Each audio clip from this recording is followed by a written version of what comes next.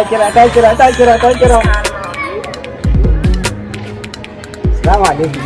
Ba wani maganar sallama tun da aka kama azumi tun da ka zo gidanmu so daya na yi maka test ba kai min reply ba. Da haka ta malam ba wani maganar da zaka gaya min. Ke san menene ma? Ni fa hana ni zuwa taɗi. To me yasa? Sai azumi ya wuce. Sabida me? Yanzu dai ina jin Ramadan basket ina. Ramadan basket kuma? Ai yana ga miki to Allah ba.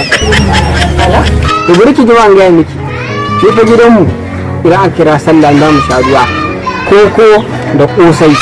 Idan ba a samu kosai ba mu sha da kuli. Wani lokacin ma haka nan muke shan shi tsani ba su ga. Amma ki ce wani Ramado ba Ramadan basket ba. Ramado ba ka ke. Hello ba na jin ka ba. Ka ɗaga murya mana. Hello.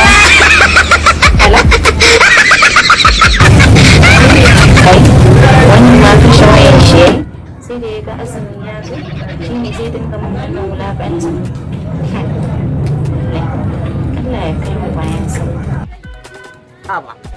Ba tare da takura daga an fara azumi kawai ta zuwa gidan su uwar me zan je mata nan ina zuwa karshen ta abin da ke a juna wanda nake tunanin yana asusu na ma ta nike shi za ta yi a barwa kulla shago ai ba amfani da ma ta ke zuwa ta kama na a shagon nan ba bayan kai na ramado ne ba ramadan ba ramado.